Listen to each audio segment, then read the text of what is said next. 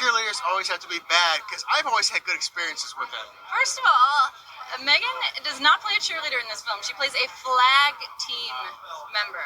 There is a big difference. No, you know what? There's something about a platoon of individuals in matching uniforms that's sort of inherently scary, don't you think? But they're all colorful and they're flashy. That's true. Yeah, I mean, I think the flag team in this movie is actually called the Devils, so it's creepy. Well, that was awkward. Bit of an awkward interview from Diablo Cody at Comic-Con 10 years ago. Hello, friends, and welcome to another episode of I Need Friends, a podcast about whatever. Today, we're going to be talking about the problem with Jennifer's body. How the movie has kind of been revived recently after it didn't start off so well when it came out a while ago, and to me finally watching it, and what I thought about it, because I thought that it was awful, and I think that people are just really wrong about their assessment of the movie and what it was supposed to mean. So if you haven't seen Jennifer's Body, I'm going to summarize it for you as best and as quickly as I can. I'll try to be concise in case you have seen it, so I'm not like boring you, but I need to tell you what's happening so that I can rip this thing apart, because it's just not good. So, before I get into that, look, I know that I told you I wasn't going to keep recording on my phone. I mean, I know I think what I said was I won't always do this, but I was trying to like only do it that 2 times, but here we are again. I'm on my phone. I'm on the floor in my closet. And I'm sitting here just behind my laundry basket. So it's a good time. But yeah, I'm just going to sit in here and we're going to tear apart this movie. So, Jennifer's Body. As soon as this thing started, I knew it wasn't going to be a good movie. Like, as soon as it started, it has this girl, Amanda Seyfried. I'm sure I'm saying her name wrong. So we're just going to call her Amanda, or Needy, which is her character's name. Her real name's Anita, but her nickname's Needy, and you'll find out why. I bet you can't guess. So she's sitting in, like, some prison, and she's like, oh my god, hell is a teenage girl, like, I'm so, like, tormented, but, like, I used to be normal, like, people used to call me normal, you would never guess. I bet you're wondering how I ended up here, and why I just kicked my counselor across the room in the prison cafeteria, and now I'm in solitary confinement. So let me tell you how this all started. I'm like, oh god, okay, so this is a movie about teenage girls, alright, and now we're starting with the main character, the one who's not eating people. So she's in jail. Alright, so this is gonna be dumb. You're starting off this movie with the ending, with her in jail. This is where it leads to, so I know it's gonna be dumb. And let me just say, like, I was really, really excited to watch it. Reading the reviews that I had read where people were talking about how it was such a good movie about, like, female empowerment and, you know, destroying the patriarchy and feminism and all this stuff, I was really excited to watch it and get into it. I'm like, fuck yeah, like, let's rock this shit. So I had really, really high hopes in it, hopes for it.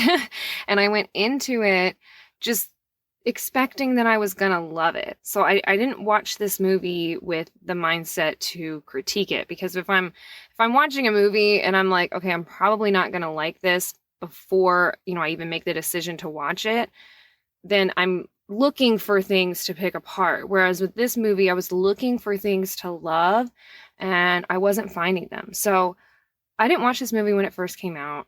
I was, you know, I don't know why. I just didn't really care to see it, I guess. And recently I started finding all these articles where people were talking about, you know, like I said, how great this movie is for, like, female empowerment and feminism. And I was just like, all right, well, you know, let's finally watch this thing. You know, I thought it was just kind of going to be like this basic, boring, kind of tropey horror movie, but I guess it's not at all. So, like, yeah, let's watch this shit. So when I started watching it, I just really, really, really thought it was going to be good. So that first scene right there was just really disappointing. And then they're talking about how she lived in Devil's Kettle, and it's called Devil's Kettle because there's this hole at the end of the waterfall that no one knows where it goes to. They even put some orange balls in it one time, and they never resurface. So there's that. That's why it's called Devil's Kettle. And then Needy, excuse me, is the nerdy, insecure girl. And you know that she's nerdy because she has her hair pulled back and then she has glasses on. So that's how you know, like, oh my God, she's the insecure one. And she's sitting on the bleachers watching the flag team members. They're not cheerleaders. There's a big difference. Flag team members are out there in their purple and yellow uniforms that look just like cheerleading uniforms, but they're not cheerleaders, and don't call them cheerleaders, or Diablo Cody will fucking kill you. Okay, they're flag team members. She's watching them, and Megan's like in the front, and she's twirling her flag around. She's like, yay, flag team member, not a cheerleader. I love my life because I'm not a cheerleader. I'm a flag team member. And she's looking at Needy, and, you know, she and Needy are like best friends, and Needy's smiling when she smiles at her, like, oh my God, my friend smiled at me, because that's how we react when our friends that have been our friends for our whole lives, that she keeps calling sandbox friends because they played in the sandbox together when they were kids. So now that's like a term. We're sandbox friends. Okay, you wouldn't understand if you didn't have a sandbox in your backyard. You just wouldn't fucking get it. That's Needy talking to her boyfriend, Chip, who looks like he's 12. I thought initially maybe it was her little brother, but nope. It's her boyfriend, and he's like, your relationship with Jennifer is fucking weird. She's like, whatever, like, she's my sandbox friend. And he's like, yeah, cool. She's still weird. So he doesn't really like her. He doesn't really like their friendship. He feels like Jennifer's like really controlling and like demanding of her. And she kind of has this like, Needy can kind of like sense when Jennifer's around. Like for some reason, like she pulls up and you don't know yet, but Needy's just like, she's upstairs in her room with Chip, and she's just like, Jennifer's here. And you're like, okay. Like, why would she know that? Like, that's just kind of like dumb to me. I don't know, but there's more like dumb stuff with that. So anyway, I forgot to mention this, which I need to. Right at the beginning when she's on the bleachers watching Megan with the rest of the flag team. One of their other friends, like, I don't know, leans in and like kind of whispers something to her, like, oh my God, you're such a lesbian, or you're so bi-curious for Jennifer. And so we're not even like 5 minutes into the movie, and already here's another thing that's making me roll my eyes. I'm like, oh yes, because two close friends, like they must be lesbians. But I'm also thinking, okay, maybe they're getting ready to like make fun of this. Like that's going to be like a satirical thing. Like, oh God, of course they would think that these, you know, two close girlfriends are going to kiss later or something. And so it's like, maybe that's what they're going to do there. So, you know, Jennifer and Needy, like I said, just kind of have this weird friendship, and they're kind of just friends because they've always been friends. And Megan's like the not Megan Fox, that's who plays Jennifer.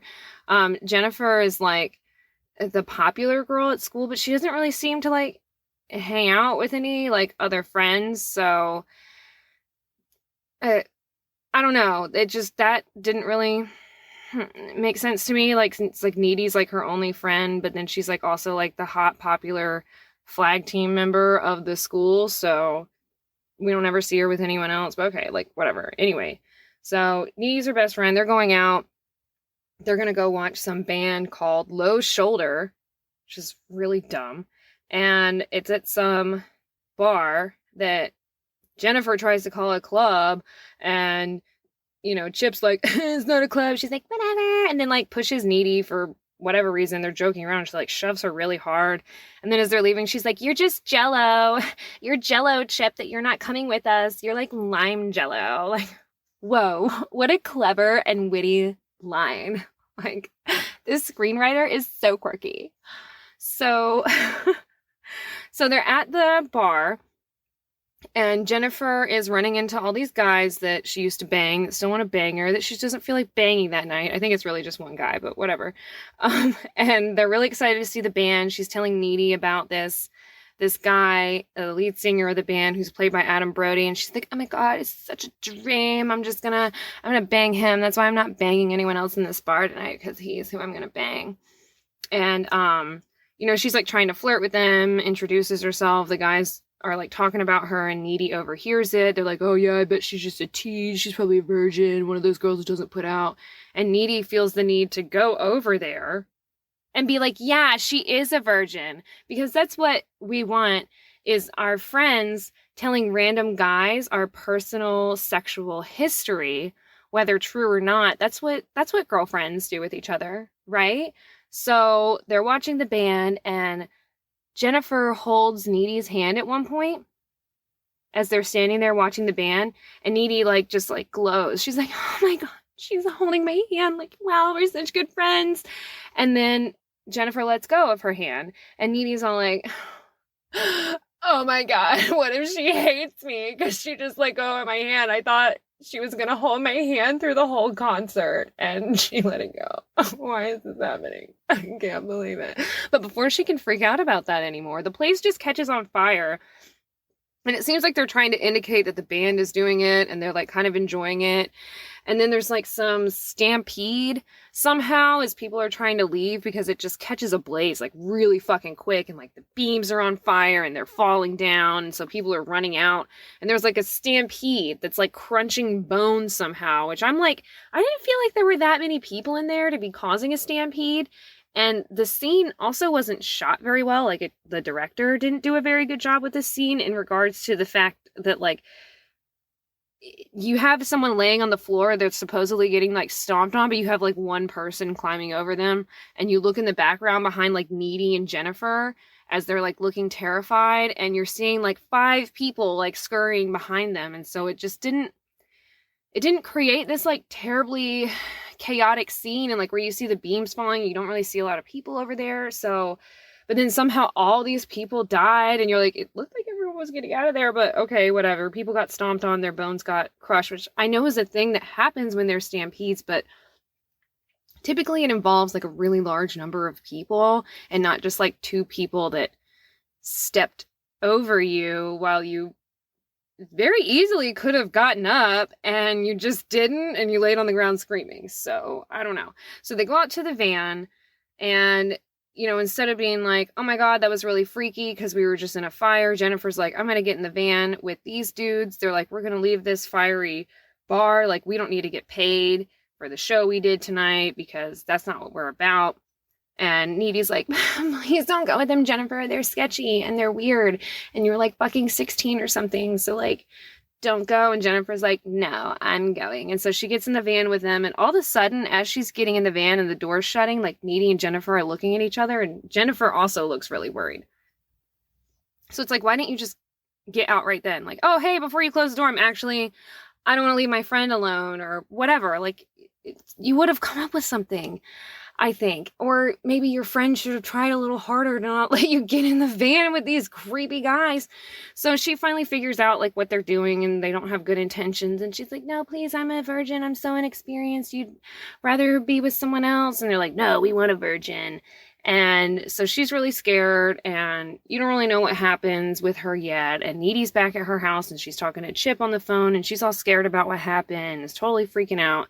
And then she hears her doorbell ring. So she goes downstairs, because when you're 16 or 17 and you're home alone because your mom works night shifts and something scary just happened, you're gonna open your door at 2 a.m. That's what you do as a teenager who's home alone. Makes perfect sense. But oh my god, no one's there. What?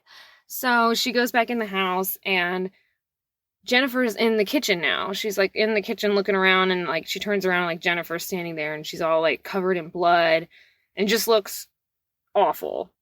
She's just been horribly assaulted, which she was. So, of course, Needy's all scared, which I'm trying to figure out okay, but you were at the front door, so you rang the doorbell, and then what what did you do to get, that's not important, but it's really distracting me from the story right now.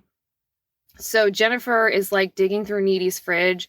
She's like trying to find something to eat, but like nothing that she's eating is good for her or, tastes good to her. She can even eat it. Like, I don't know what I can't remember what she's like shoveling in her mouth, but she like pukes up all this like black liquid and it like spreads on the floor and like these little spiky things come out of it. And you're like, oh, is this like a Venom prequel? Like, I didn't know that they had one of those. But nothing else happens with that, like, for the rest of the movie. You think, like, maybe it's some, like, separate entity is going to come out of that. But it's just some spiky black glue. Goo, not glue. I mean, it kind of looked like black glue. But it was goo. So, I don't know. She's like, oh my God, Jennifer, are you okay? Because you just vomited black goo that's moving around on my kitchen floor and you're covered in blood. And last I saw you, you were getting a van with these guys after we ran out of a place that caught on fire and people got stampeded on. You all right, babe? So Jennifer starts to like attack Needy, and it's like, okay, like, cool, like, whatever. She's like, it's at the beginning of the movie, so she's definitely not going to do anything to her. So she's like, are you scared? And Needy's like, yes. And Jennifer's like, okay, I'm going to sniff you and then run away. And so she leaves, and then Needy comes to school the next day because, when something traumatic happens to you, like not just, being in a fire and having to run out of a fire and then watching your friend just like leave you. Bye. Hopefully you'll get home okay. Maybe you drove. I don't know. Maybe Jennifer didn't feel like driving, but she drove to your house, so she's probably in your car. How did Needy get home? We don't know. But after something traumatic, what's, a nice, long, breezy walk home is really good.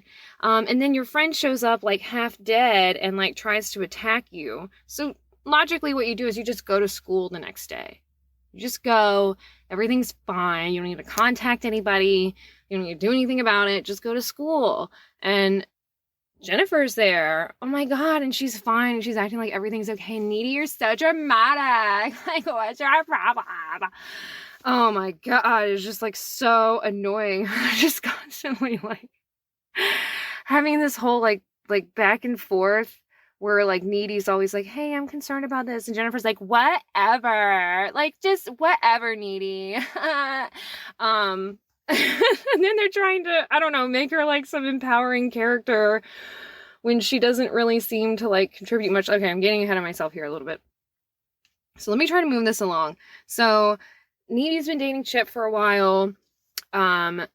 She's a virgin. Everyone is upset about what happened at the Low Shoulder concert, and Low Shoulder is like trying to, make tributes to the school in that area because of what happened, and their songs getting played on the radio all the time, and Needy hates it because she was there and she saw how they didn't help anybody, and she thinks they kind of started the fire, but again, she's not telling anybody anything because why? Just keep going to school. Just go to school. You'll be fine.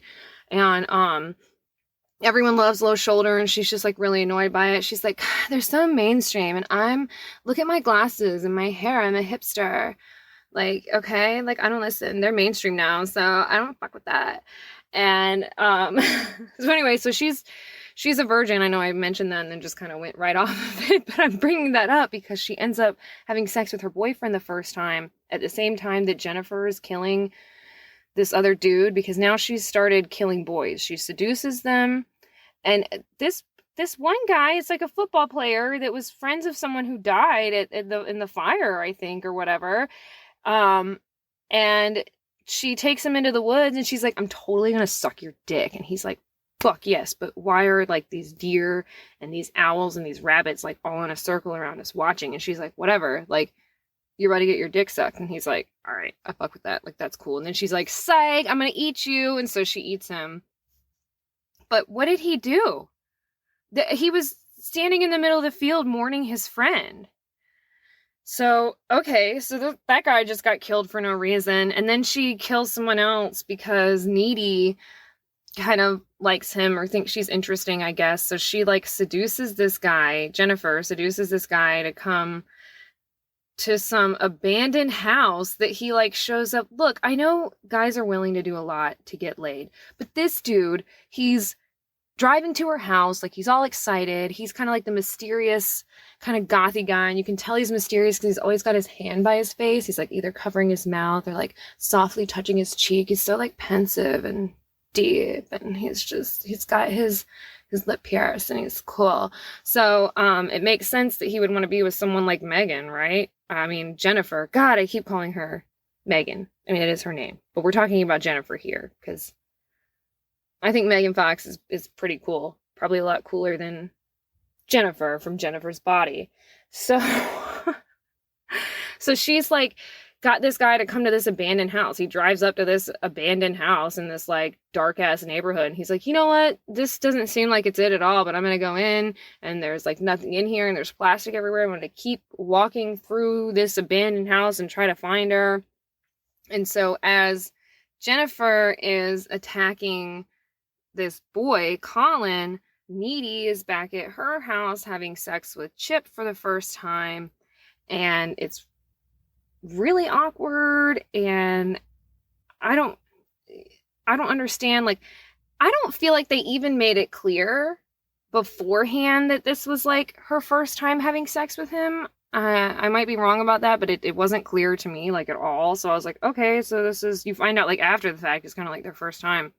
So she starts like having visions of like blood on the ceiling, like about to drip on her, but then there's nothing on her face. And like as her boyfriend's having sex with her, he doesn't notice her like, you know, wiping stuff off of her face, or like thinking that she has something on her face and looking at her hand like, what? He's like still going, and she gets all scared because she sees like dead Colin in a corner or something, because for some reason she has like some psychic connection to Jennifer, which is not explained. And I guess it's supposed to be something about, because they were such good friends, they were sandbox friends. It's a psychic sandbox connection and you don't get it. So she's like seeing this happening at the same time, and they're kind of going back and forth between the scenes.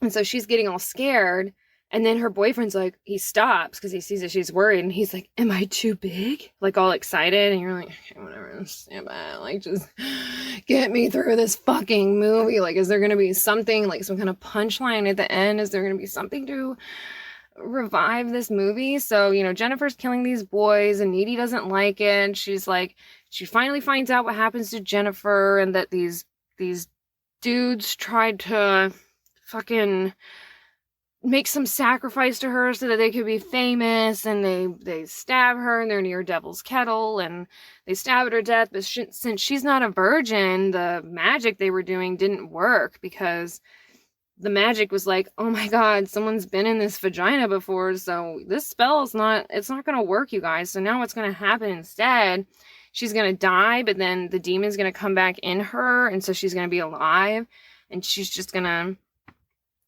get revenge, I guess, on people that didn't do anything to her, maybe, I suppose, instead of the people who did do the thing to her. Like, let's just ignore them. That's fine. We'll get to them later. They have to play songs on the radio before anything can happen to them. Okay, you guys? Just calm down. We're getting there. So things are getting worse between, like, Needy and Jennifer, and I'm skipping a lot of things because as I'm thinking about it, I'm like, it's so boring, I don't even want to bring that up. So, it's coming close to prom, and Needy's not really friends with Jennifer right now, and Needy broke up with Chip because Chip doesn't believe her that Jennifer's a demon, even though, like, he doesn't really like Jennifer. Now he's, like, defending her. I don't know, it just doesn't make any sense. And, like, he really likes Needy and doesn't try to, like, you know, really fight for her at all or anything. He's like, okay, you believe this, so we're broken up now, like, okay, whatever. So he's walking to prom by himself, and Needy's at prom, and Megan approaches. Fuck, I did it again. Jennifer approaches Chip as he's walking through some park, because, you know, like, you walk to prom. If you're going to prom, you take a nice casual stroll through the park in your really nice tuck shoes. You gotta just take those all through the fucking grass. So that's what he's doing, and Megan's like, God damn it, Jennifer. Her name is fucking Jennifer. So Jennifer is like, oh, hey, fancy meeting you here. Like, I've always liked you and, Needy didn't. So let's make out. And Chip's just like, oh, I've never liked you or trusted you, but now I'm going to totally believe you right now. And let's kiss right here next to this tree, just very softly. And so Needy at the prom feels it. And so then leaves the prom, and I guess she's walking too. I don't know. We don't see her in her car, but she leaves the prom. She goes to Chip's house. Chip's mom is like, he left 20 minutes ago without you, you slut, because you broke up with him. God, I can't believe you hurt my son. No, none of that happened. She was just like, he left 20 minutes ago. She's like, oh crap, I know Jennifer's killing him right now. I gotta go find him. So she goes from Chip's house, because she just left the prom, and then went to Chip's house. And she's going from Chip's house. She gets to the park. She sees they're not at the park and somehow realizes, maybe through her psychic connection, I don't know, that she needs to go to some abandoned pool house, which is where Jennifer took Chip. Now they're sitting on the edge of the pool. They're not making out anymore. They're just talking, because that's what you need to do. Like, you start making out in a secluded area that no one's around, and you're like, let's go to a dirty, gross, abandoned pool and stop making out and sit over the edge and talk. That's usually what people are into. So that's what they're doing, and it's fun. And I don't know, Jennifer gets mad at Chip for something and is like trying to kill him. She gets in like the dirty ass pool and makes him get in there, and then she starts like eating his neck, and Needy shows up and she's like, oh my god, it's my boyfriend. Like, why are you eating my boyfriend? Because, like, get it? Because teenage girls, because they're so mean and scary, they might like steal your boyfriend. So I'm sorry, I'm cracking myself up over here. So Needy's trying to stop her, and like they get in this fight, and Jennifer's like levitating, but it's obviously just over this little, like, they have like the harness on her and they're just holding her on a wire. Like, there's no like kind of fluid movement with her body. It's just very stiff. It looked so cheesy, and I'm like, this is like the one scene in this movie that you could have made like pretty fucking cool, and you just like blew it by just like swinging her around on a wire, just hanging there. So she's like over the pool, and then like I think Chip ends up stabbing her with a spear or something as they're like fighting somewhere else, but Chip dies, I think, or almost dies or something like that. And then all that sucks, and Needy's laying in her bed all dirty in her prom dress. No one noticed this girl coming home alone in this big, poofy, pink prom dress, all like dirty and gross. Everyone's like, oh, that's fine. That's what they do. That's what teenagers do. Just let her walk home in peace so she can deal with this on her own and still not contact anybody about all the crazy shit that's going on, okay? So she decides that she's going to leave her house, and she goes to Jennifer's house and is watching her through her window, and you're seeing one of the scenes that we saw at the beginning of the movie. You're like, oh, we saw this. So that's what this is about. We know now. See? Foreshadowing. Don't you love it? So, she like breaks into her window. I mean, just like busts through her fucking window. It's your best friend. I'm pretty sure if you would have shown up to her house and just tried to get in, they would have let you in. I'm sure, her mom probably knows who you are. You guys, she probably dropped you off at the sandbox a couple times, with Jennifer, so you guys could do your sandbox friendship. Okay, so she like, it doesn't make sense. Why do you need to bust through and how? Like, is she like a stuntman or something? Did she put a ramp at the end of the window so that she could just run up it and because she just comes through that thing. And so there's glass all over the floor, and then Jennifer's like, oh my god, what are you doing? And Needy's like, I'm gonna fucking kill you. She's like, no, you're my best friend. And she's like, no, I'm not. I'm gonna rip this necklace off of you, our best friend necklace. And now we're not best friends anymore. Stuck on that bitch. And like, yeah, like she rips the necklace off of her neck, because they both have these best friend necklaces, as they're fighting on her bed, which they end up kind of like levitating in the air and like floating while they're fighting, because Jennifer just needs to levitate sometimes. And it makes sense, you guys. Don't think about it. It makes sense. So Needy is like had already cut her stomach with like a box cutter, like put a little X on it. I don't get that either. I don't know what that was about, but Jennifer didn't even really try to like stop her. She's just like, oh my god, you just cut my stomach. Let's keep fighting. And the necklace falls to the ground, and Jennifer's just like, oh my god, that's the end of our friendship. Our friendship's over, and you were gonna be the one to end it on the hot one. You're needy and insecure, and you got glasses on. I'm hot. And then Needy stabs her in the heart with the box cutter, and she's bleeding, and she dies. Oh, but Jennifer bit her while they were fighting. So, just bit her on the neck. There's that. That's pretty much all she got in. And then Jennifer's mom comes in. Because clearly this is a good idea. This is what you need to do. So if you find out that your friend is killing boys, you only talk to your boyfriend about it. Don't talk to anyone else. Only talk to your boyfriend about it. And when your boyfriend doesn't believe you, just don't say anything to anyone ever now. Realize you're going to handle it on your own, okay? And then you go kill your best friend who is traumatized because she was a victim of a horrific crime by these awful people. So now you need to kill her and make sure that her mother walks in and sees so that she can be traumatized too. And then you can get other people involved that had nothing to do with the situation and make things difficult for them also. Because what mother doesn't want to walk into their daughter's bedroom and find her laying there dead, stabbed by her best friend? I mean, it was a great idea. So now Needy's in jail. She's not normal anymore. She's so badass, you guys. She's like tough. And oh my god, she got bit by the demon. So you know what that means. Demon powers. That's how that shit works. Like if you are trying to like get some shit done, you need like ultra mega powers and you need to just kind of live forever. You just got to find a demon and like be like, hey, yo, just give me just a little nibble. All I just need a little power. And he's like, okay, I got you. That's all it takes, you guys. And then you can do anything you want. So, but even with all that, she still felt like she needed to stay in jail for, I don't know, however long it was fucking supposed to be. But then she's like, I'm going to get these guys. Like, I know my purpose now and I have demon powers. So I'm going to leave this jail. She's like walking down the road and gets picked up by a hitchhiker. And she's like, can you take me to see this band? It's going to be their last show. You're like, whoa, she's really badass. She's got a hoodie on with the sleeves cut off. Like, wow, she's not nerdy and insecure anymore. Like, where even are her glasses? She doesn't need them. Demon powers, they see everything. So she drives away and there's a sign on the road that says low shoulder because it's the band's name. Get it? So we put it there. It's cool. We're clever and smart.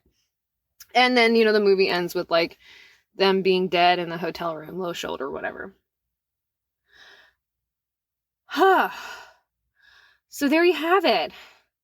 That's Jennifer's body, okay? Let's talk briefly about how it had nothing to do with female empowerment or feminism. This is like, clearly this is some kind of feminism that I don't understand if this is feminism. So when this movie first came out and Diablo Cody is doing these interviews, she's talking about how she wrote this movie because she's scared of teenage girls. And she's saying all these stereotypical things about them, like that they're mean and that they're insecure and they're jealous and they'll steal your boyfriends. And I'm just like, ugh. And then like, they were really upset about how, when they talk about the movie now, and I say they, I'm talking about Diablo Cody and Megan Fox.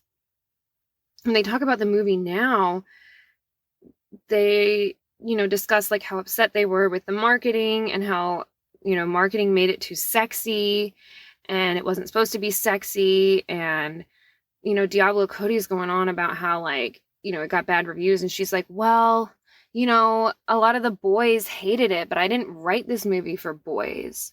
I didn't write it for them.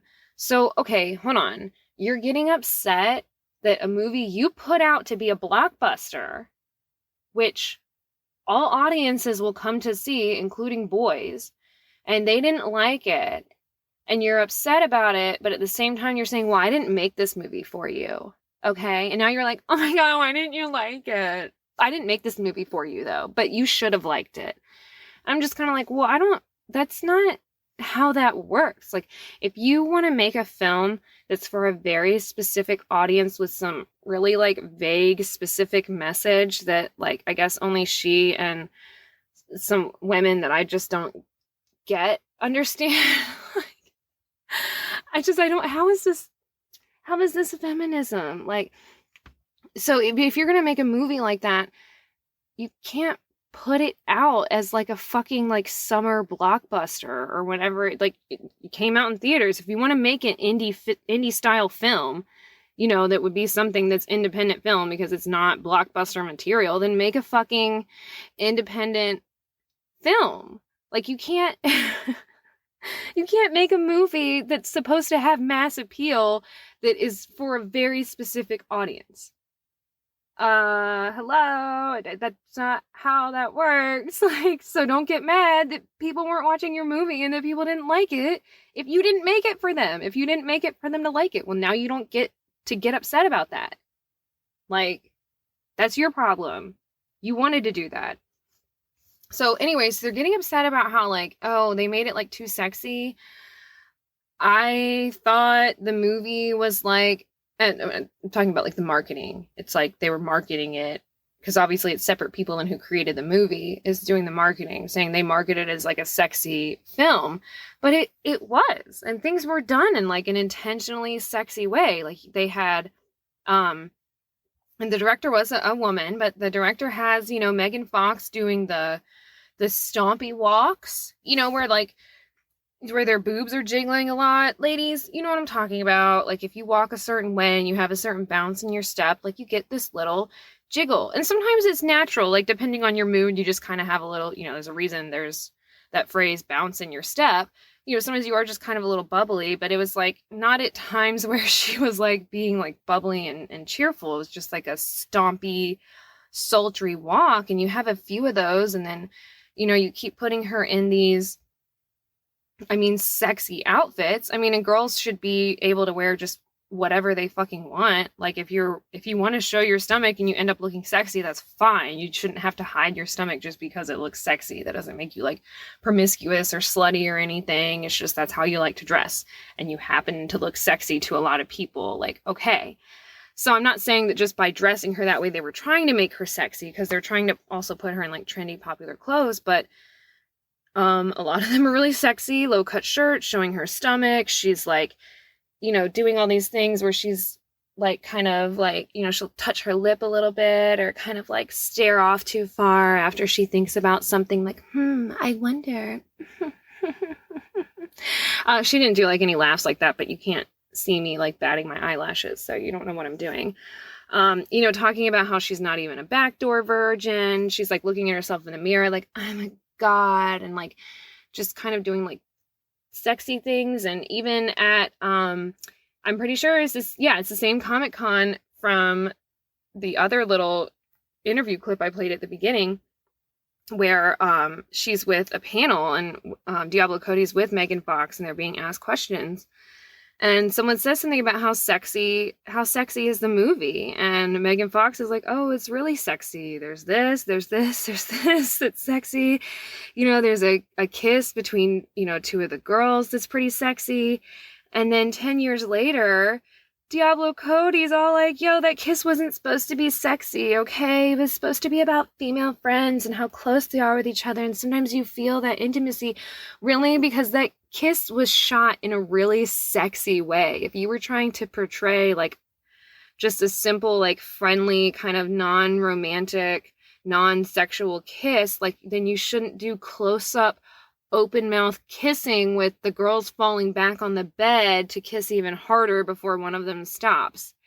Like, that's you make like a hot makeout scene, and then you're like, that wasn't supposed to be hot, you guys. Okay? You're disgusting. How dare you think that two hot girls making out is hot? And I know they're 23 when I cast them, but they're supposed to be 16. You pedophiles, you're gross. And, that's when they start talking about how, like, oh, this film was all about, like, female empowerment and, getting revenge on, these boys that have done stuff wrong to you. And I'm like, well, Jennifer's character doesn't even get to get revenge on these guys. Like, Needy's the one that has to do it, but she also kills her friend before she goes to get revenge for her. Like, it doesn't make any sense. They hate each other the whole time. Basically, they're like sometimes talking about each other, behind their backs, and just the sexual tension between them. I mean, I had several really close girlfriends, and some that, people would be like, oh, you guys are lesbians. It's like that typical, like, stereotypical thing, and you just played it up. It's like she went through and, like, played up all of these stereotypes that people have for young women and teenage girls, and then got mad when people perceived it that way. I mean, because even after reading all of these articles and, like, knowing about all this stuff before, I even watched the movie, going into it expecting to get a message about female empowerment, I felt like it was a tropey, boring horror movie. Comedy fell in a lot of places. The horror fell in a lot of places. There were a lot of, like, unoriginal ideas and things that were going on, being lured to an abandoned house, characters making bad decisions in regards to their safety, ending up in creepy places for no other purpose than having a creepy backdrop. It just, it was boring. It was dumb. It was unsatisfying. I felt like the movie was kind of insulting to women. I just don't understand how so many people feel like this movie was like the epitome of feminism. Like, I don't know. I don't get it.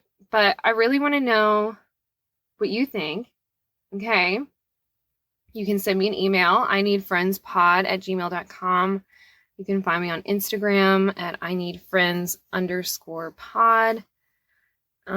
You can get at me on Twitter at aladyhuman, but I don't get on my Twitter much anymore, so I'll see it eventually. And then, if you want to get, like, some merch or something, like, my logo's pretty cool, I think. So I got, like, that on some shit. So if you go to ineedfriendspod.com, you can get all kinds of shit there. And also I have a YouTube channel, so you can follow me on YouTube. Or subscribe. Subscribe on YouTube. Oh my God. So I'm going to stop talking about this movie right now. I hope you enjoyed my summary of it, because that's really how I felt about it watching the movie.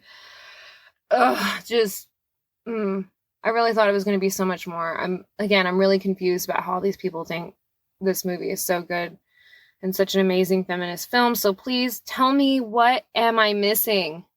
What am I not getting here? Because I am not getting it. Just give me your feedback. Let me know. I really have to pee. I've had to pee this whole time, and I was going to pee before I came in here, and I was like, no, this is going to keep me a little energetic. And I like the energy it brought today. So I'm going to go pee now. And we'll have another episode coming soon. Not after I pee, much, much later than that. So you'll have to wait a little while again. Anyway, till next time. Bye, friends.